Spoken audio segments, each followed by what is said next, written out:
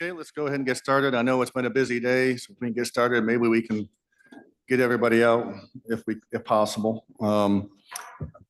Senator Robinson, do we have a quorum? Okay. All right, if y'all have the agenda in front of you, I'd like to skip around. I'm actually going to jump to the very bottom. Senate Bill 2695, the driver's education bill. And we have here Commissioner Tyndall to help. This was a bill that he came to us about. And I'm going to recognize Senator McMahon to go ahead and explain the bill and allow Commissioner Tyndall to answer any questions or explain anything further if necessary, if the committee has any questions for him. Senator McMahon. Mr. Chairman, thank you. Senate Bill 2695 brings forward some code sections addressing driver's ed. So I'm going to walk you through the bill, Senators. Section 1 is Code Section 37-25-3, line 34, providing that a secondary school shall establish and maintain a driver education program. Lines 37 through 78 require 24 hours of classroom and behind the wheel instruction, not more than 2 hours per day. Classroom instruction shall occur every 3 weeks with at least 4 hours of instruction before behind the wheel instruction. Classroom instruction must include at least 1 hour of laws pertaining to bicycles, motorcycles, and other vulnerable roadway users. Must have at least 6 hours of behind the wheel instruction. Only one student shall occupy the front seat of the vehicle with the instructor.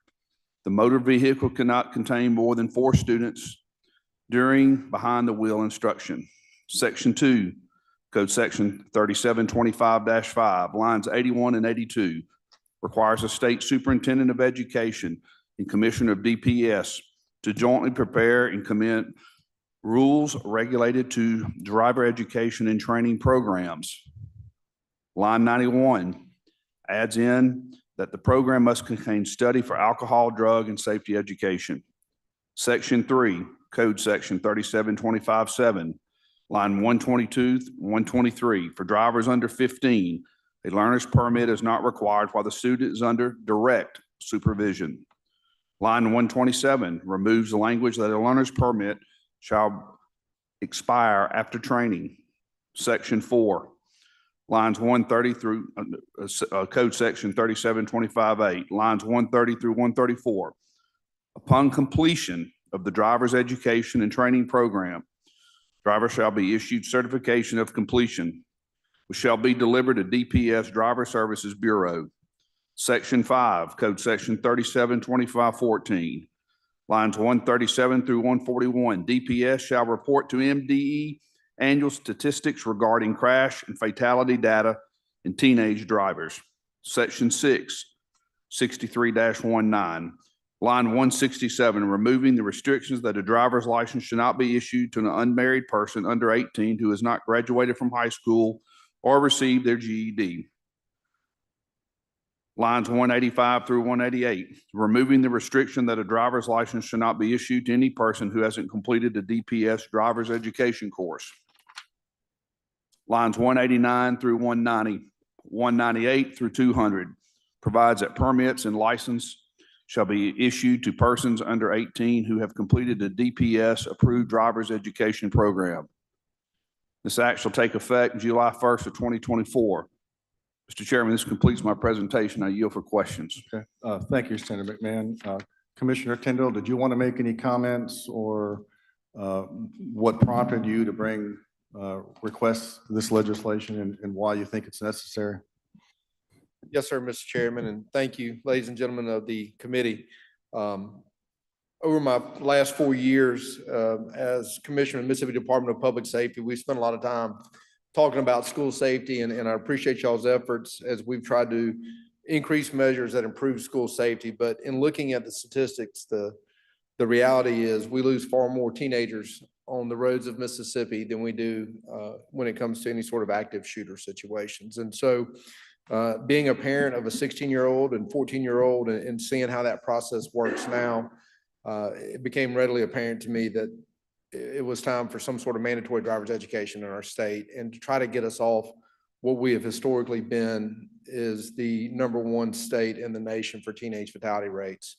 in our state. So if we can pass this legislation, I know this is a beginning point, but as it moves through the process, I think it will save many, many lives and make our roads safer. And I find it to be very important and something that I would consider as a piece of landmark legislation that y'all could handle and that we could help introduce and be a part of.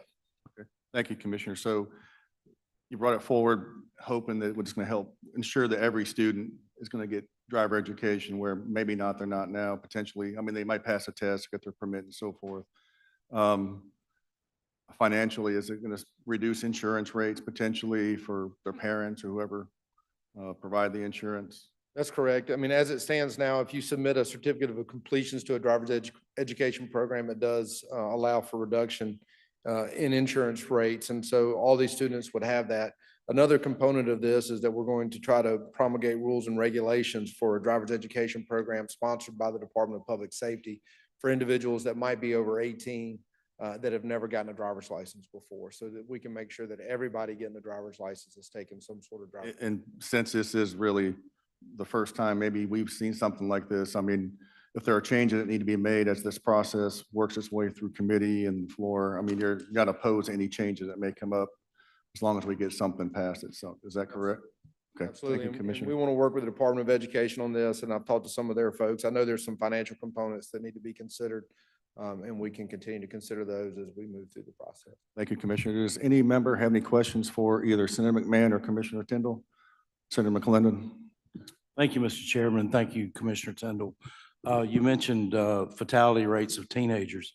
Do you have any statistics, or are there more in the cities or are there more in the counties on fatalities? I don't have any statistics on that. I'll be glad to obtain some of the crash data that we have and try to break it down as best we can between counties and the cities. I can just tell you from my recollection of the teenage deaths that we do investigate, more of them do tend to be in rural areas than necessarily in the city itself. Would you say that speed is predominantly the number one at fault, or? I think there's multiple factors. Distracted driving is a big factor in today's world with the texting that teenagers do. And also some of the changes that we might look at are things that they do in Georgia, which restrict the number of other minors that can be in the car at any given time. And again, that goes to the distracted driving. Speed is always an issue in any fatality, particularly if you look at the damage caused between doing 90 and doing 70. Doing 50 on down to 30, obviously fatalities increase with speed. Do you think that the county having radar would help with the fatality rate? I think anything that we can do to reduce fatalities should be considered. And you know, I think when it comes to safeties on roads, that should always be something that we put on the table and for y'all to consider. Thank you, sir. Senator Boyd. Friendly questions. I'm just a little bit curious, and I just want to understand the why of this. Y'all put limitations on the number of class time that a child can have. You've put a 2-hour limitation on that, and then an hour of driving time. I know a lot of our school districts, we have children who have full academic loads, but parents still want them to have driver's education and feel it's very important. So a lot of those children engage in summer driver's education classes.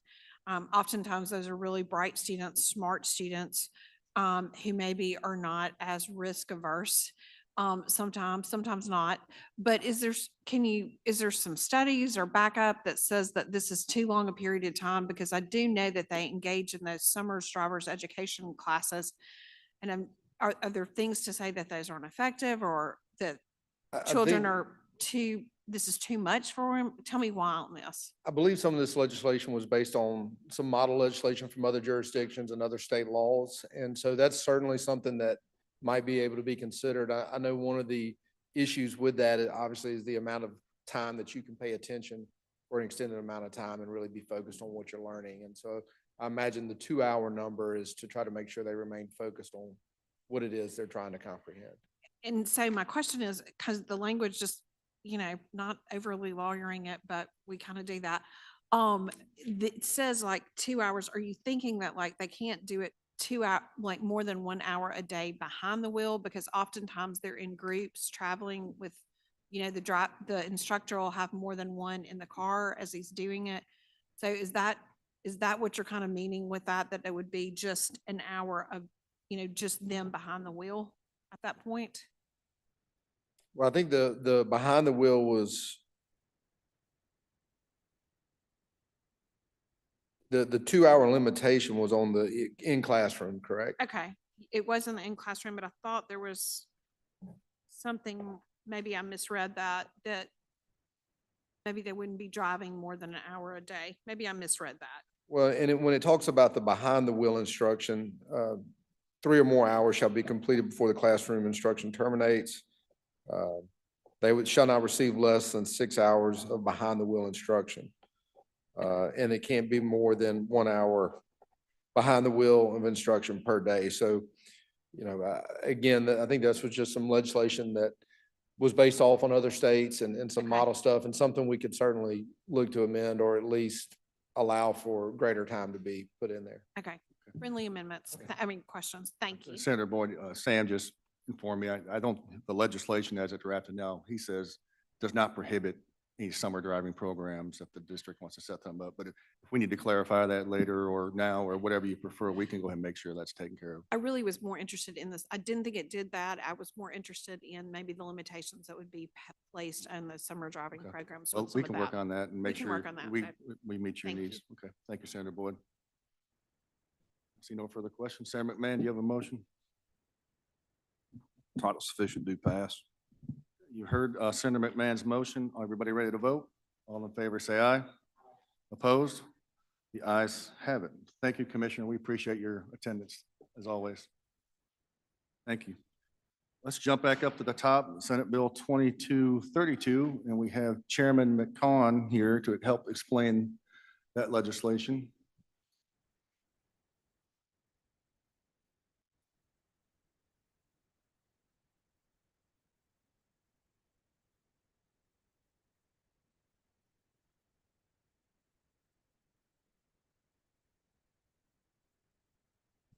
Thank you, Mr. Chairman. This is, there's a committee sub on this, and I believe it was passed it out along with your packet.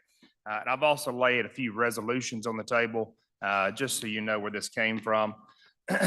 The resolution is from the city, the Newton Municipal School District and the city of Newton, asking for this legislation. Currently, the school board in Newton Municipal School District is set up as an appointed board. In order to change that to an elected board, it has to come through this body.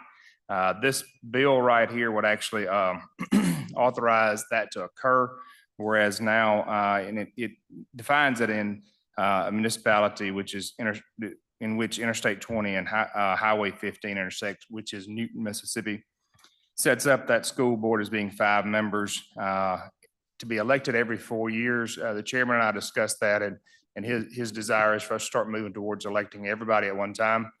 So what would happen is this would go into effect and there would be an election this year for the remainder of this term. And then the board then would actually be elected again in 2027, along with other statewide officials. This would require the school district to split up the territory in 5 different districts and for someone to be elected out of each of those. This comes from the desire of those outside of the municipality to have some say in the taxation side of this for the municipal school district. That's really all the bill does, is just transfer it from the appointed school board to an elected one. I would entertain questions, Mr. Chairman. And this is something that the people in your district have requested and they desire to move towards this. Is that correct? They've requested it, and you've got a resolution from the 2 bodies at play here. Thank you, Chairman. Any questions for Senator McCon? You've heard Senator Wiggins' motion, title sufficient, do pass. Committee sub. All in favor, say aye. Aye. Opposed? The ayes have it. Thank you. That will be reported. Thank you, Chairman McCon. Next up, we'll go to item number 2, Senate Bill 2349, and I'll recognize Senator Boyd to explain the bill. Thank you, Mr. Chairman. This is a bill that's going to look very familiar to all, especially those of you who were in this committee last year. It's a bill that we saw multiple times throughout the session last year, and it had one of those things that it died in conference. through no really disagreement through the House and the Senate. It was just simply a casualty, I think, of time.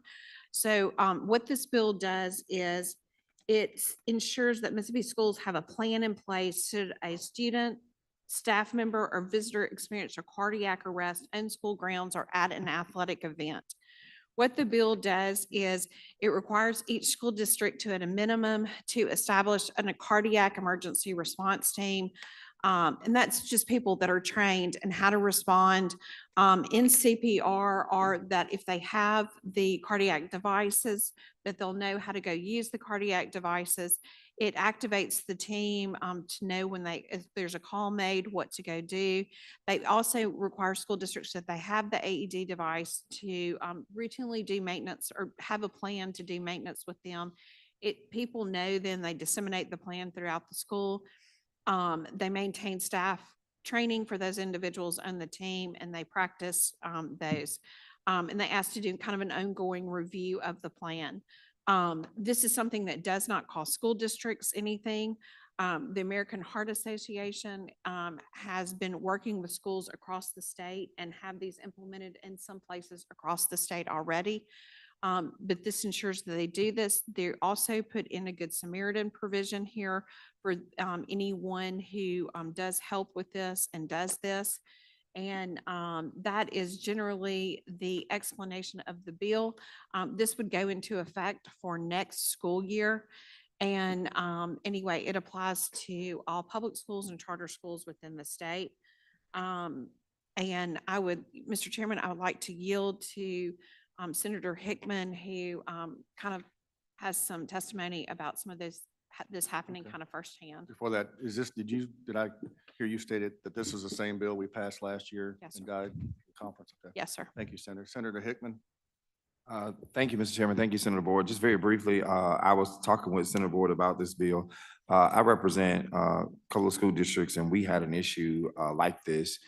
We had someone go into cardiac arrest and ultimately pass away on our campus, and our staff was just completely lost. If they had a plan in place, I think things may have moved or shifted a little different. So I just wanted to give a real life example that this is happening in our schools. Thank you, Senator Hickman. Any other questions or comments? Any questions for Senator Boyd? Senator Boyd, do you have a motion? Title sufficient, do pass. You've heard Senator Boyd's motion. All in favor, say aye. Opposed? The ayes have it. Let's jump down to Senate Bill 2684, number 5. And I'm going to go ahead and explain that. That is a bill that we have been working on with Peer, and then we have with us Jennifer Sebrin. And this is something that some of your districts may have been aware of, that we have, for the last several years, Senator Hobson, working with Senator Hobson, we have contracted to have a company called Glimpse go into school districts and talk about, just look at their operations and make recommendations on their best practices and so forth. And if, Ms. Sebrin, could you go ahead and talk about what the process is, what you've been doing, and what are some of the findings Sure. that you could elaborate on? Yes, sir. Thank you, Mr. Chairman and members of the committee. Good afternoon.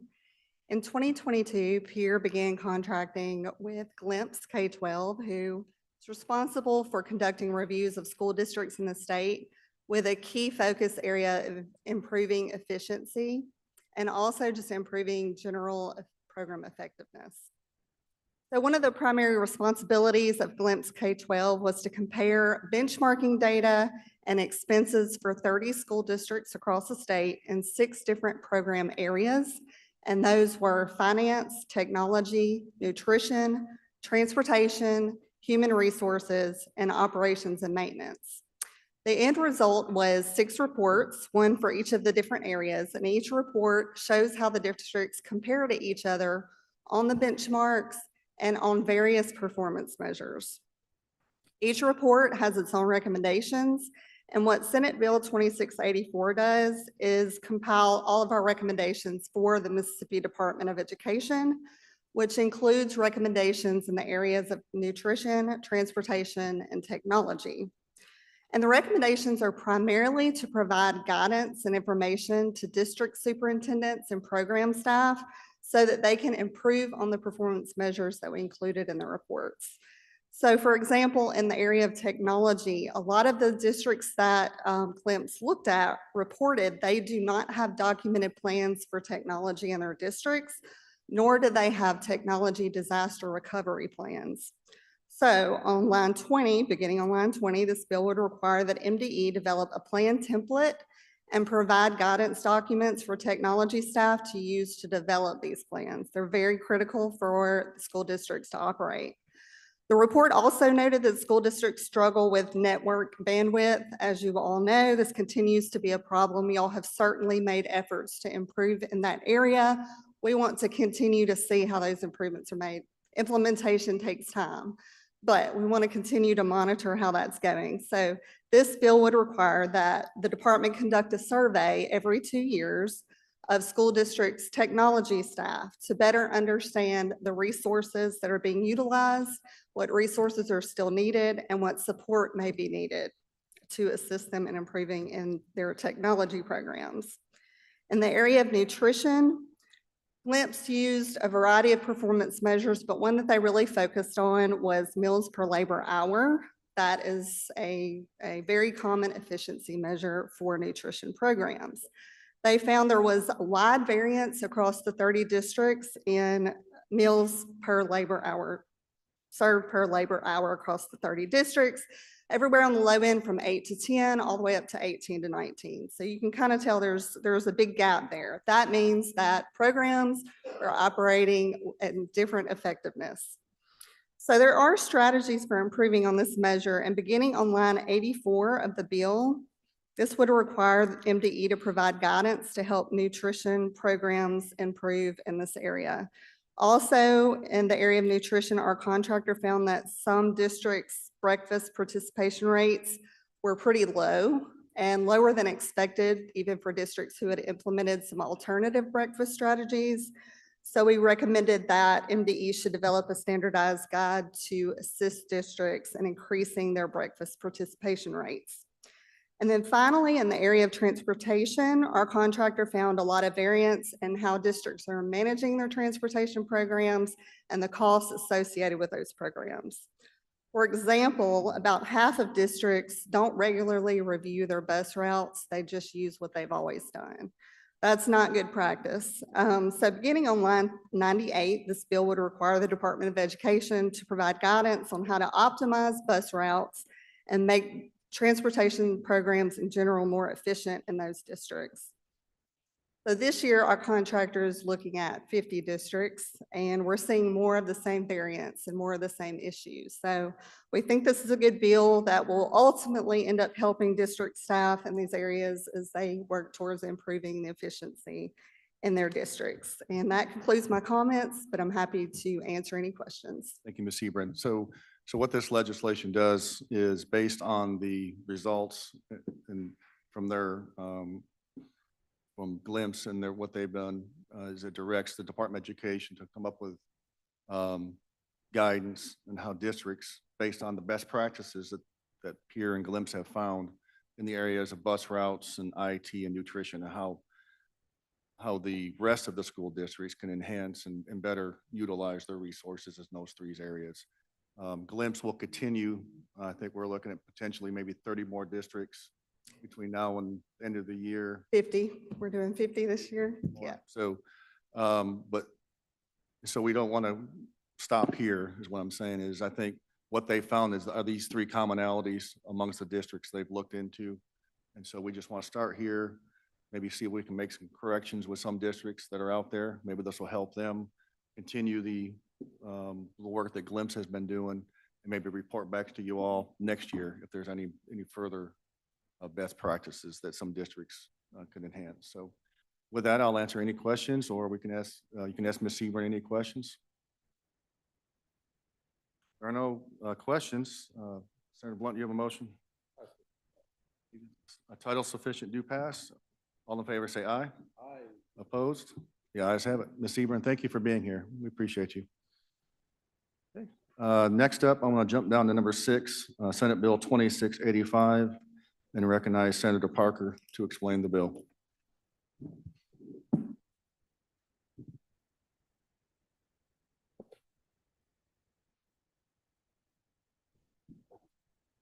Thank you, Mr. Chairman. First, in a lead up to this, I want to just start off with an acknowledgement to council, to Sam. This is going to be an issue we're going to talk about here that has been considered for several years, and in a lot of forms and fashions, there's been an inability to comply with federal, state regulations to find a solution to help us in this regard. So just wanted to acknowledge his help on this because he has been, he's done yeoman's work to help on this. But what this bill is, and you're getting a handout that we'll go into in a second here, is a statute to try to get more retired teachers an opportunity to come back into the classroom. We want to do that, not by just a quick type of solution, such as things that were laid out, such as contract labor or that kind of thing. But we want to try to have them back in the classroom where they can continue to receive their retirement benefits, but also have benefits paid into the PERS system that offset any hit or any type of deficit that that PERS might suffer as a result of this. So I'm going to walk you through the bill, and as we do, I hope I'll answer the questions you have on it. So starting in section 1 of the bill, 2685, lines 34 through 48 provide that a teacher who has served 30 years of service and has been retired for at least 90 days may be reemployed as a full-time teacher.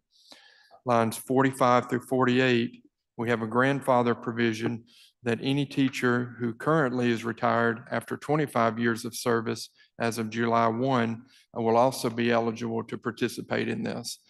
The reason we've settled on 30 years is it's a better number for PERS. It's a better number in general, but it also in the future will give us another means of encouragement to allow teachers to stay in the system for longer, because after 30 years of service, they would then, should they decide to come back in to teach, they would have this as an available option for them. But we wanted to be very acknowledgeable about people who did retire after 25 years, because in that situation, they did not know that we would be bringing this legislation forward. Lines 49 through 58 state that a retired teacher may only be hired to teach in a school district categorized as a critical shortage area or within a district in a critical shortage subject area. So one of the handouts I gave you are the current Mississippi geographical critical shortage areas. And this is one of those lists where when we look at it, I wish I was giving you a much smaller list, but this is a pretty large encompassing list demonstrating the need for additional teachers to get back into the classrooms. The other thing too is in setting this up, we wanted to set the provisions too by critical shortage, where we were not in this program in any way, shape, or fashion going to be infringing on our need and our desire to have new teachers come into the classroom. If indeed a school system or the state as a whole has plenty of teachers and has that need fulfilled because we have more teachers, graduating, they certainly are going to have first priority to go into the classroom, and the shortage need will only be used or used by the system or MDE, in situations where we have these extreme shortages. Lines 59 through 70 limits the available or the ability of the retired teacher to serve for only 5 years. They can serve that consecutively or intermittently, should those needs pop up. If the teacher works part-time during a year or any part of the year, that portion would be considered as a full year to meet towards that 5-year total eligibility period.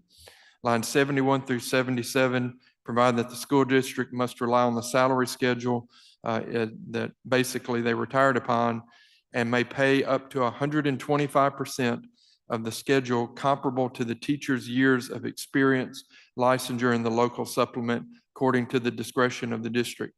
In going through this and giving it considerable thought, there was some concern that if we limited it to what the teacher was making at the time of retirement and did not move that threshold beyond it, we might be competing with existing statutes that allow some part-time service to take place. So by bumping this up to 125%, And I'll walk through some number examples of this in a moment. We're giving another encouragement measure for the teacher to maybe come back and fill in this fashion. Line 78 through 85, the school district may only pay half of the salary to the retired teacher. The other half must be paid to PERS. So to give you an example here, and I'm just going to pick one with some math here. A teacher who is, after 25 years, for example, in this one, is making an average salary of $61,000. If we were allowing them, they will retire, and through PERS and their normal retirement, I believe they get about 70% of what they were making at retirement through their retirement system. If they elected to come back, or if they were needed to come back, the school system could offer up to $76,250 towards the teacher, of which half of that would go to the teacher, which would be $38,125. The other $38,125 would go into the PERS system, so that we would not have any negative hit at all on PERS by doing this. And again, that's what we had Sam go through, and we reached out to PERS on it too, to make sure we had the dollars and the math on this correct. Because as we continue to look at PERS, we do not want this to be any drain or any negative impact at all on PERS. The next section in lines 86 through 99, the retired teacher can work in any school district. They're not limited to a district they left, and salary can be prorated for any period that is less than 1 year. Some of the things the teacher would be subject to, a retired teacher hired under this act would be subject to the following.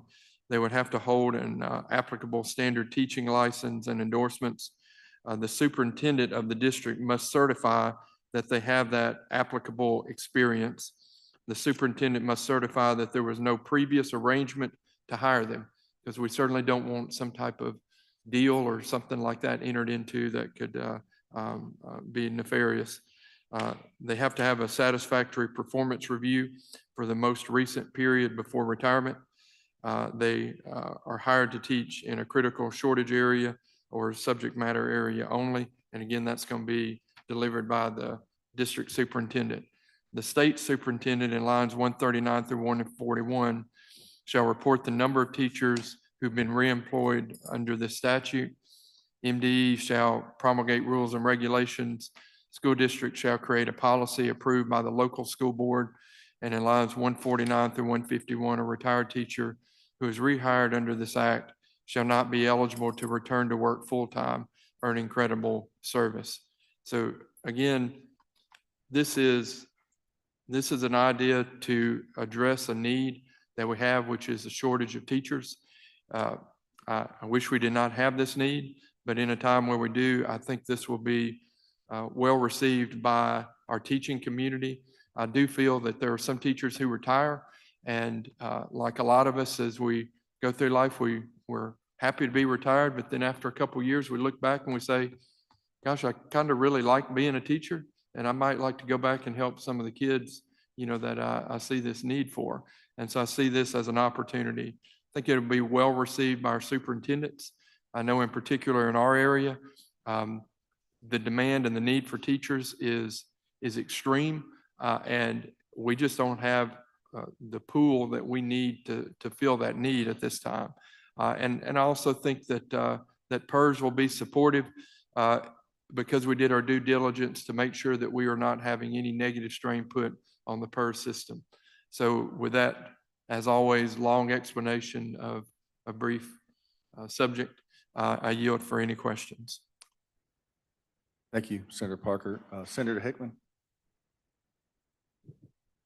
Thank you, Senator Parker, for your work on this and everybody who was involved. I am absolutely supportive, but I had a couple of clarifying questions. At the point that they come back, and you may have said this and I may have missed it, are they still going to be drawing their full retirement during these 5 years that they're teaching? They will. Okay. So, and then my next question is so they could make up to 125% of the salary of making once they retire. And 50% of that, though, would be held back by the district and paid into the PERS system. But their salary on record would still be up to that 125%. Right, and it would not, the 5 years of service would not be contributory towards an increase in their salary base beyond that. Their salary base at the time of retirement, before this additional service, would continue to be the service record of merit for PERS contributions. So this additional 125% would not result in an additional or a higher PERS or retirement amount. So this would not be adding it all to that. So we would keep them stable, but allow them this benefit. I see it, because they, to your point, because they have the retirement that they're receiving, I don't think anybody would come back and work for half their salary and give up their benefits unless they're a legislator, in the House during the last term. But in this situation, I do think that, that additional income would be helpful to their family, maybe at this time, and also drawing that retirement that they deserve. We promise that to them, and we're going to continue to meet our promises as a body here to people who served in the PERS system. No, absolutely. I mean, I don't take any issue. I'm literally, these are clarifying questions for myself and my train of thought. Now, on a quick glance, are they capped out completely at that 125, or could the local district, could they, if the supplement, are they capped out with their local supplement, everything they're getting, are they completely capped out at 125, or is there? 125 is a number we settled on after looking at several different kind of numeric kind of calculations.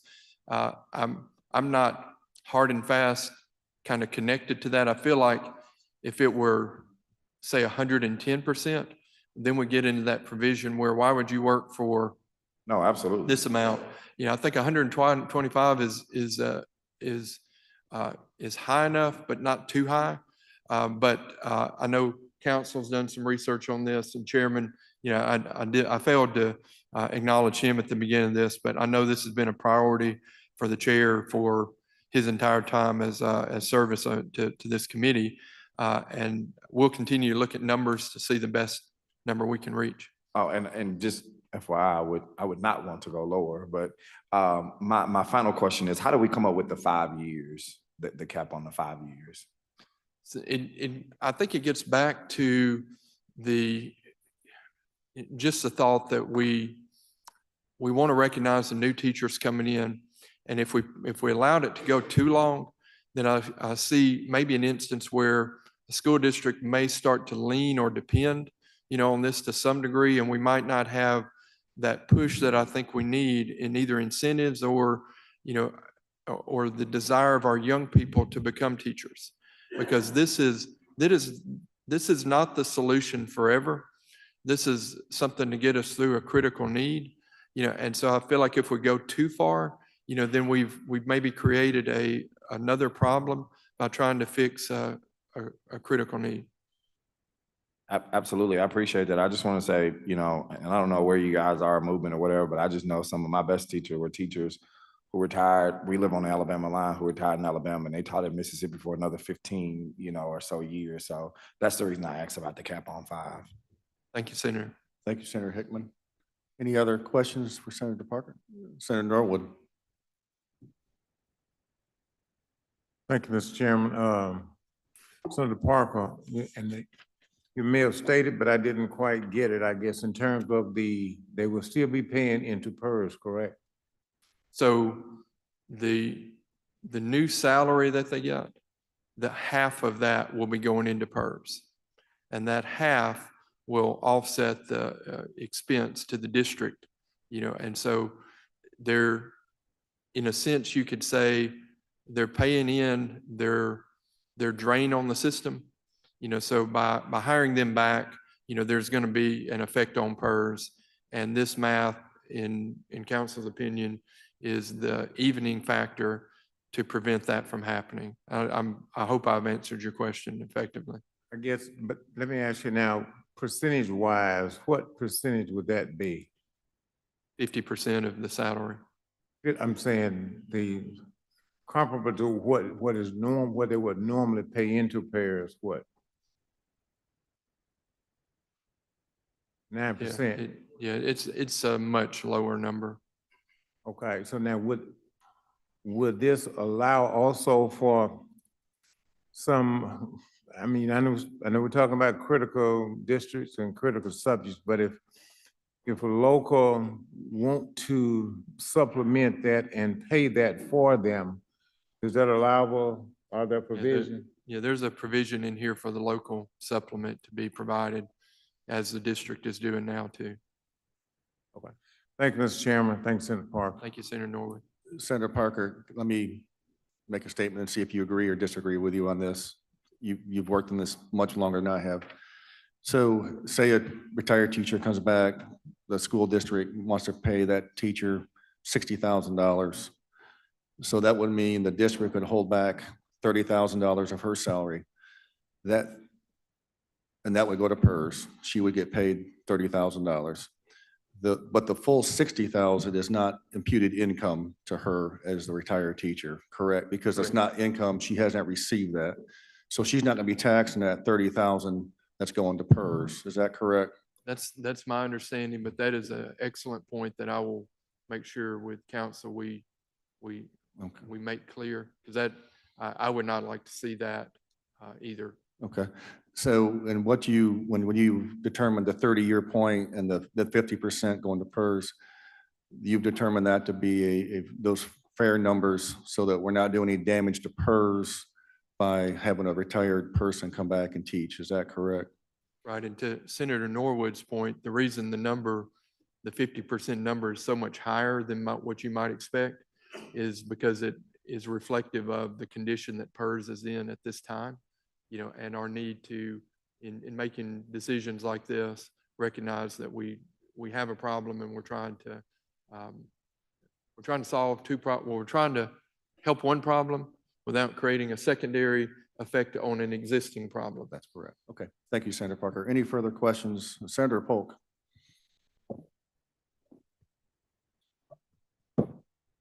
Feel like I need a booster chair. Thank you, Mr. Chairman. I was listening fast, but I'm sure I missed it.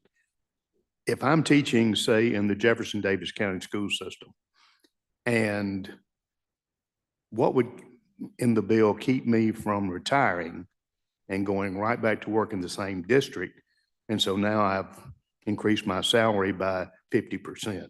Is that covered here some way to make sure we don't have teachers retire and go to the same district, or are they required maybe to go to another district?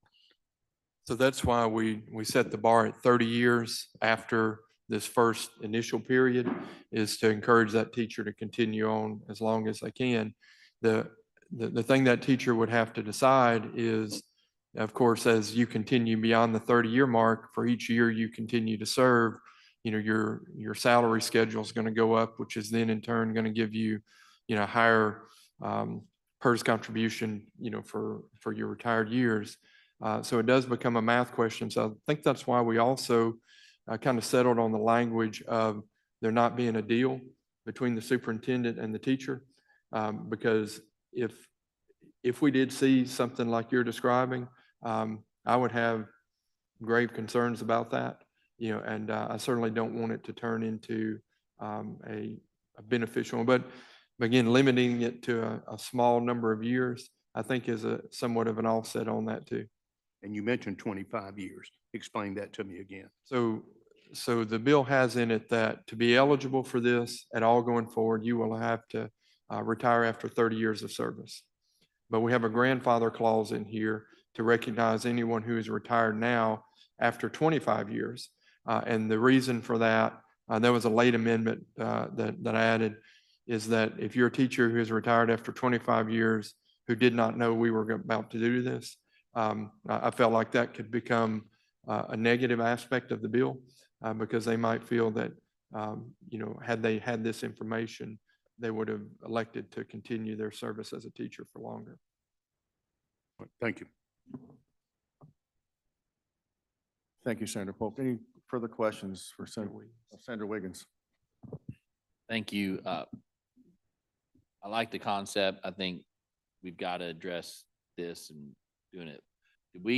Did y'all put a lot of work into it, talk to teachers about this? And if so, what did they say? Is this something, like, will they be rushing back to the classroom or what? Or do we have information on that? I just have anecdotal notes. I know since the bill posted, some of my savvy teacher friends have read it, and they've texted and asked me questions. I said, wait, let's get this out there first. So I'm at least excited that we have a few people who are at least looking into it before we've even brought it up for significant discussion. I know in particular, my superintendent was very supportive of the concept.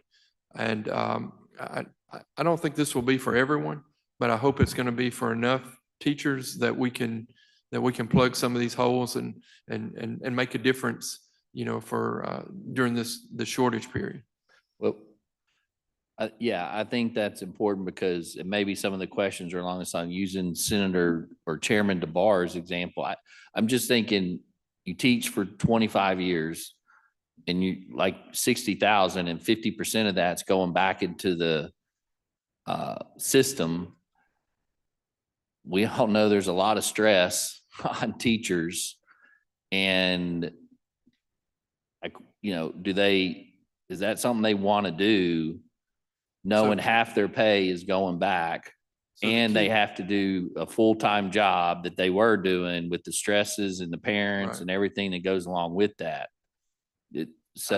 I think the key is that we're giving them a provision to continue to receive their retirement.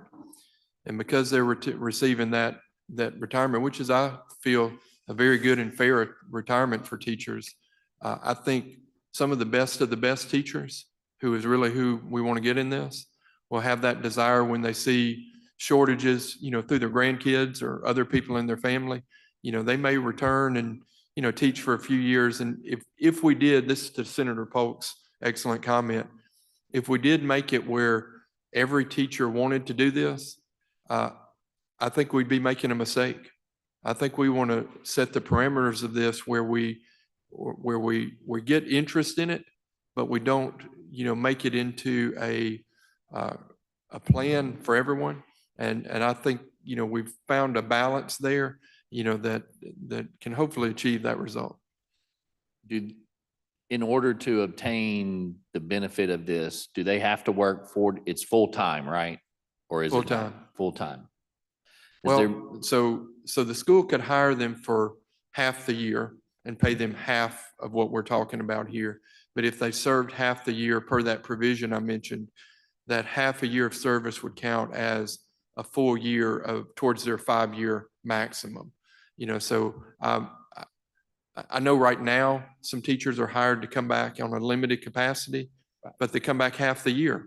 And my kids in particular, they like to have kind of the same teacher for the year or for a longer period. And so to have one half the year who might be, a great teacher, and then have one for the rest of the year who might not be as versed on the subject matter, can actually be kind of a little bit of a speed bump to the education of the child. Yeah, I think our experienced teachers are a valuable resource, and I think they could be really utilized, maybe even in a part-time way. Of course, I know districts have that, but anyway, finding a way to do that, and maybe there's something could be done on that too. But thank you very much. Thank you, Senator Wiggins. Senator Boyd.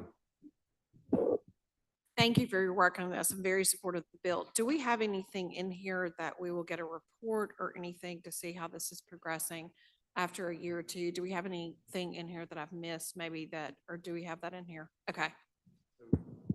I believe in lines 139 through 141, the state superintendent shall report the number of teachers who are reemployed under this section. If we, as this goes along, if we decide there's some more parameters there, either through the rules and regulations that MDE puts down, they could certainly qualify that, or we could add to the bill if needed, some additional data if desired by the committee. Thank you, Senator Boyd. Any other questions or comments? If not, Senator Parker, Senator Bryan.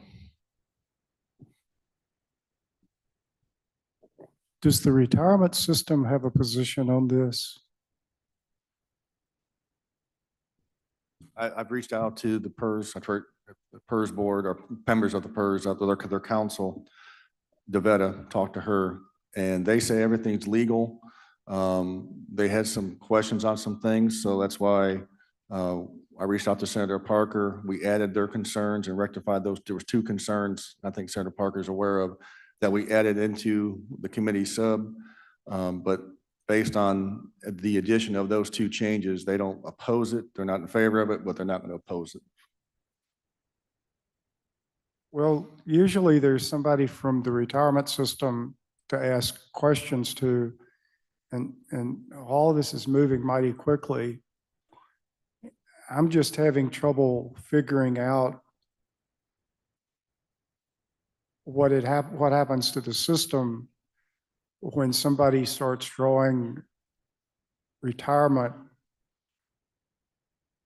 rather than continuing to work. You're shifting the money that the retired person gets comes from the retirement system and from the district. And I can't figure out whether the amount of money that's being paid in by the school district, the half of their salary, is sufficient to offset the cost of starting retirement running earlier. And I think also this is the dilemma that we have. And I don't know how you figure out human behavior, but to what extent are we dealing with individuals who, if it were not for this, would just simply retire and go work elsewhere, whatever they do, and start drawing a retirement benefit? And to what extent are we dealing with individuals who would continue to work, but for this provision, and because this provision's there, they no longer continue to work, but instead take advantage of this, which shifts money to the, and I think the effect on the system varies as you go from person to, and I just don't know. I'll address your first point. When Senator Parker and Sam and others were looking into this, did reach out to PERS, their attorneys, their actuarials, and actually they only recommended 48% be paid into the PERS of their salary, but we went to 50%, make a nice round number. And that 48% would have, according to them, not done any damage or harm to the PERS system.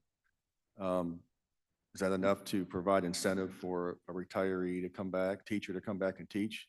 Maybe, maybe not. And that's why I think Senator Parker mentioned earlier, maybe the 125% isn't high enough. And so that's something I think he is willing to look at. Maybe instead of 30 years, come back, make them work 35 years and come back. And so I think Senator Parker is willing to any suggestions as we move forward through the process to address any concerns that you may have. Again, this is all very new to me. I'm not sure. I keep hearing this term 125%. Mechanically, how is that computed? Senator Parker. I have a couple of different examples here. I've got a nice spreadsheet here from council that has some examples here. I've also got one from a computer, but I think the handwritten one might be more of your liking. I'd rather have the handwritten one. Yeah, you're right. So, and I can have council explain, the handwritten figures there and how that. But I mean, I don't see the term 125% in the bill unless I'm overlooking it. So there's some calculation about, this is your 71 through 77. It provides that district may pay up to 125% of the schedule comparable to the teacher's year's experience licensure plus the local supplement according to the discretion of the district. And what line is that? Line 71 through 77.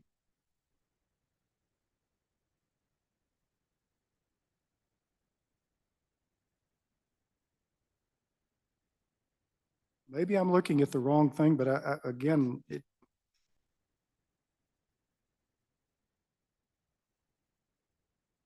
We're on committee sub.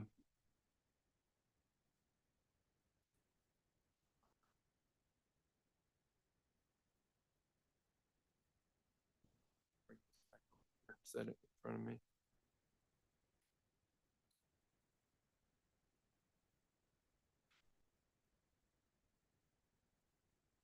Senator Bryan, if it puts your mind at ease just a little bit, there is a reverse repealer on this.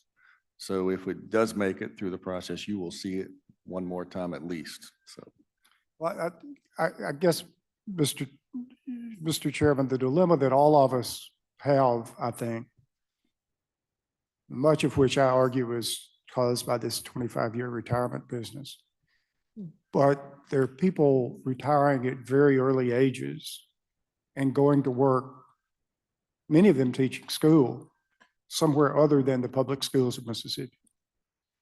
And that early retirement is costing the retirement system money. And that early retirement is costing the schools the value of having a good teacher. And it's a dilemma. And I understand everybody grappling with how to fix that. I'm just unable to digest all of this quickly. I understand. Thank you. This is the second time you've told me you understand me. Well, maybe I've been looking for someone to understand. you're wearing on me, I think. So I many think so. people don't. Thank you. Thank you, Senator Bryan. Senator Parker, do you have a motion?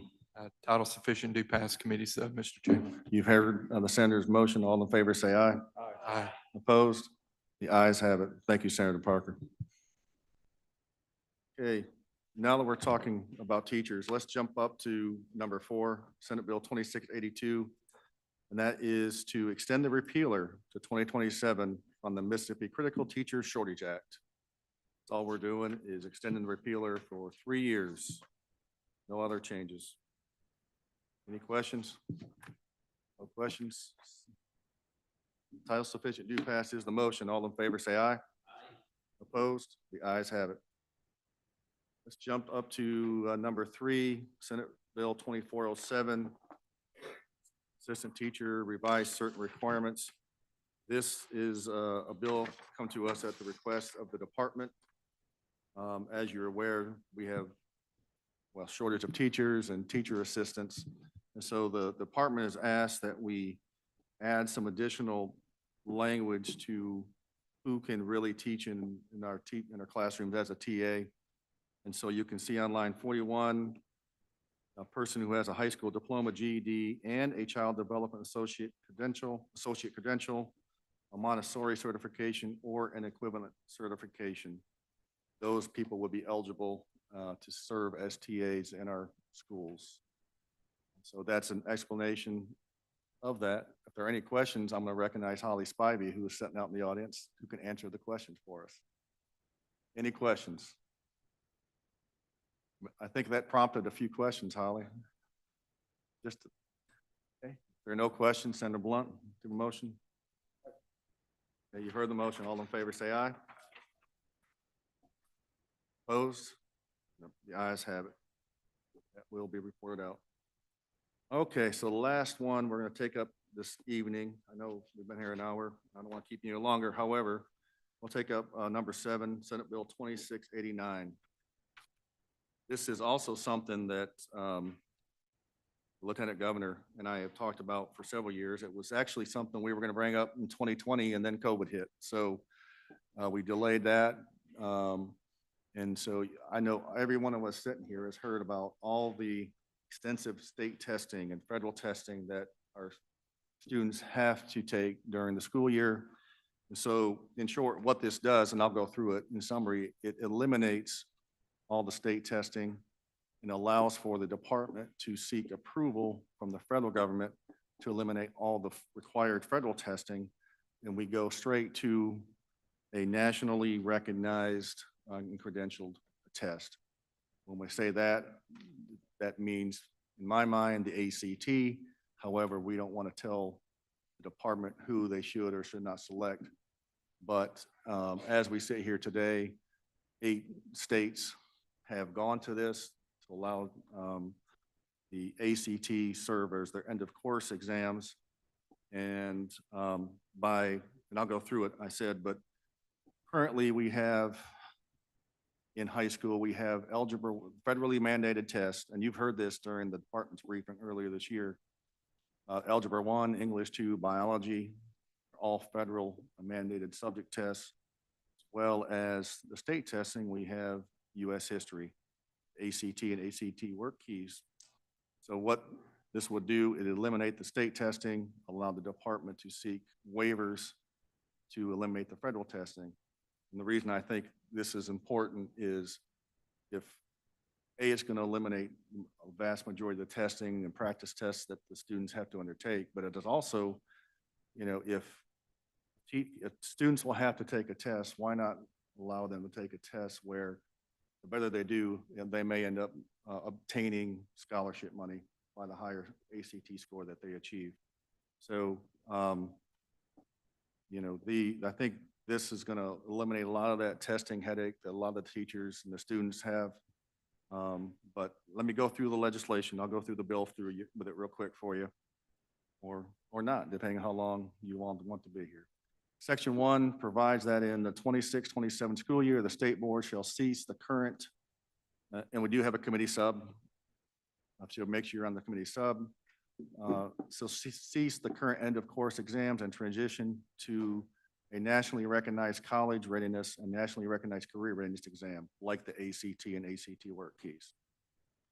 In section 2, lines 54 to 57, states that all students shall take the career readiness exam in 10th, 11th, or 12th grade. Provides that the statewide testing program shall include the administration of a college readiness exam like the ACT. Sections 3, line 130 is just cleanup language. Section 4, line 218, cleanup language. Section 5, lines 2 through 36, through 39 are both cleanup language.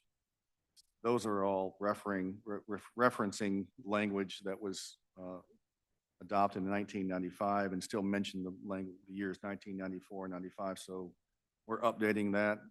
The same thing on line 268. It references the year 2002.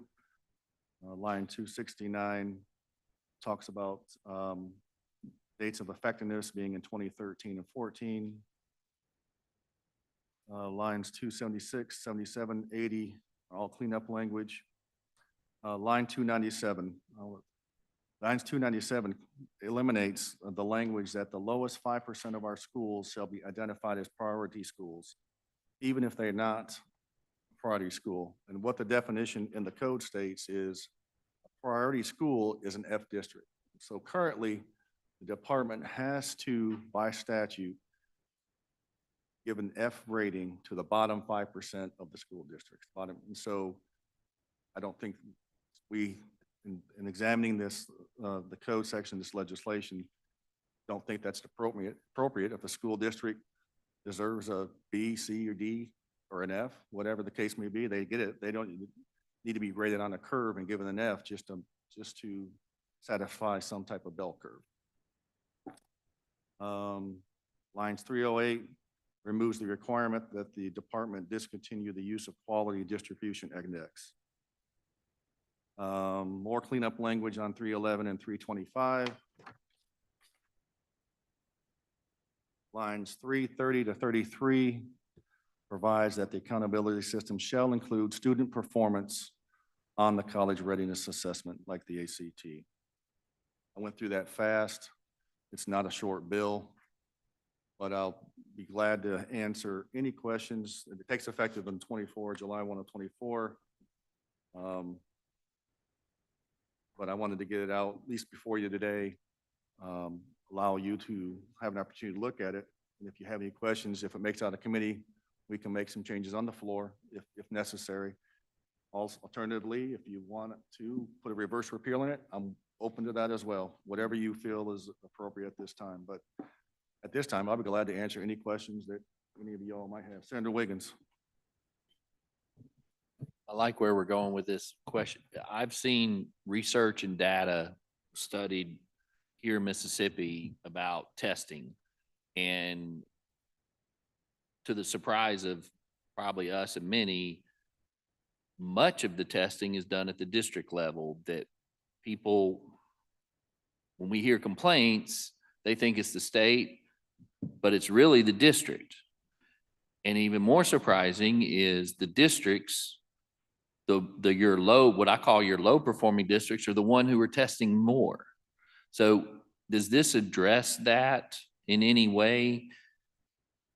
Well, I agree with your statement, Senator Wiggins. A lot of the anxiety comes from the practice tests that these students are given over and over throughout the year. By the district. By the districts. And in which is not preparation- mandated by the state Correct, in or the preparation feds. for that state test that they have to take. Right.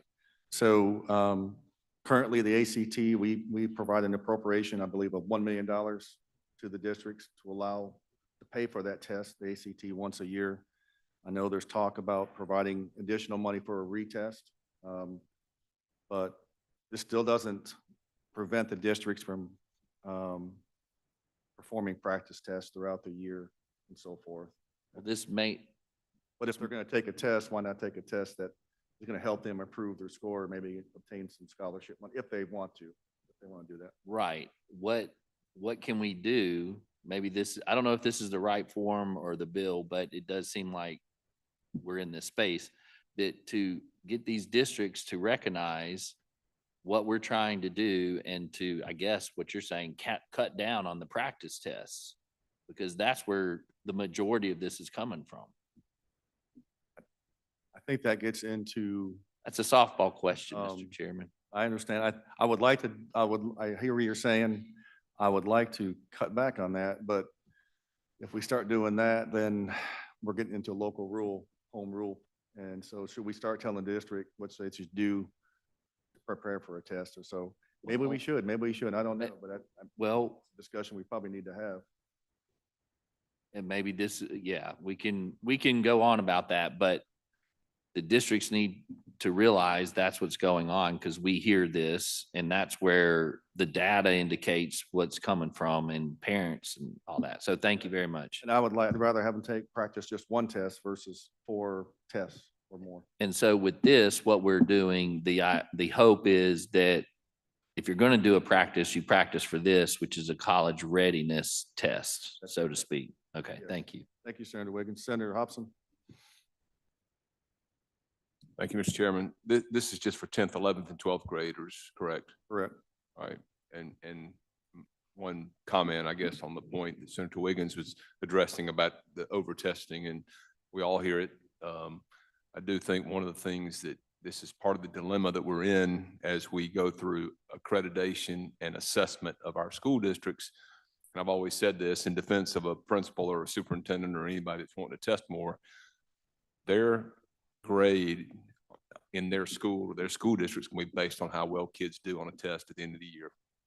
And it's just like football practice or band practice or pick your subject, whether you like it or not. If we're going to go through this process of assessing the schools the way we do, which we need this, we've got to assess because there's a certain requirement here to make sure that we're meeting standards.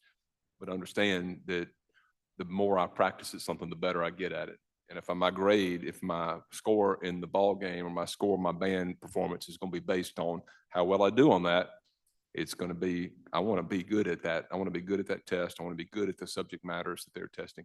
That we're going to be testing on for the final grade. And it's a heck of a dilemma. I've always felt like, Mr. Chairman, that the idea is to be more focused on assessing how little Johnny or little Susie did in their classroom and helping them improve, rather than, everybody being, saying the school's altogether bad or altogether good. Now, there are some instances where I think we see some of that for other reasons, and that's maybe poor leadership, poor, lack of teachers, whatever the reason is. But it's just, I do think this is a good effort to try to get 10th, 11th, and 12th graders in something like you said that can help them get scholarships, a little less testing, and something that's more focused on what they should be, how well they're prepared for college.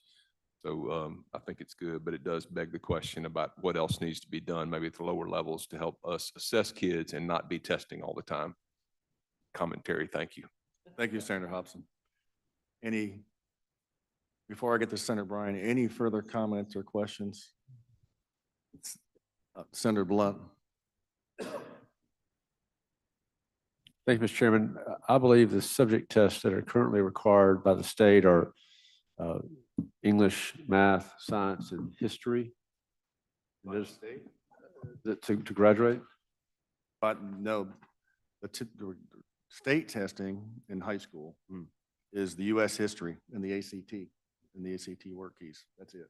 Federal mandated testing includes the algebra, English, and biology.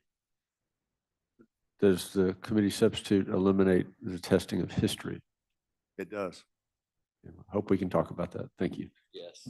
Well, when we discussed that, and I imagined this would come up, we've talked about including citizenship tests, history tests.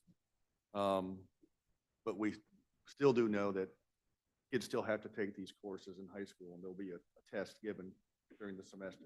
So, I mean, if we're trying to eliminate tests, is that one we want to keep, one we want to eliminate? I understand. I mean, as you've seen, we have bills talking about the citizenship test, the civics test, all kinds of tests. So, but yeah, I'm open to that discussion. I knew it would probably come up, and so, it's not an issue. Senator Bryan. Well, I'll go with Senator Boyd. We'll save the best for last, Senator Bryan. Senator Boyd. Two questions. First of all, I share Senator Blunt's concerns. I've actually talked to a lot of my You U.S. speaking to Mike? Yes, Please. I share Senator Blunt's concerns. I've talked to a number of my U.S. history teachers, and the fact that it is a tested subject automatically gives kids, they pay more attention in class. They are, understand that this is information that they're going to have to be accountable to. And they think it contributes to a more successful classroom and more student learning is the teachers that I have spoken to. That was their opinion in my district.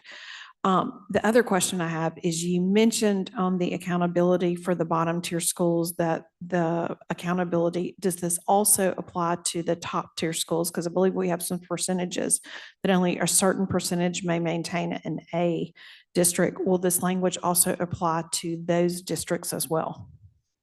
I think it's just the bottom F districts. I would like to just have further discussion about that as well. Absolutely.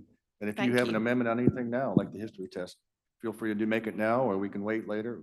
I don't want to be proud of authorship here. What we can send out is the best product. Senator Bryan, I'll recognize you, sir. Well, two things, Mr. Chairman. I heard you mention that we were going to do away with the requirement that some districts get an ELF rating. And I have had, when it was adopted, and still have trouble with rating schools with A, B, C, D, F, because it implies that this has something to do with the grades that students get in their classwork, and it just doesn't. Under the current system, there's also a requirement that a huge number of districts, B, C, and D districts, are now C, D, and F. So that would allow some hypothetical candidate for office to go around and say, I'm not satisfied with districts being C rated, when the law requires that they be C rated. And as you look at this, since apparently this is in here, I don't have a suggestion. I don't know if 1, 2, 3, 4, whatever works, but I do think it is a disservice to everybody to have this A, B, C, D ranking which automatically in people's minds gets translated to the grades they got when they were in school. And the second thing is, I don't know if anyone is old enough to remember Ed Perry. But Ed Perry used to say on many occasions, sort of a catchphrase of his, I understand, but he said it twice. I understand. Well, let me correct you. We're not eliminating the F. We're saying that we're not grading on a curve and that the bottom 5% have to get an F. The district deserves an F, that's what they'll get. But we're not mandating that the bottom 5% receive that grade. Okay, so with that, Senator Blunt, do you have a motion? Committee sub? All right, the motion is titled sufficient do pass committee sub. All in favor, say aye. Aye. Opposed? The ayes have it. Senator Blunt makes a motion to rise and report.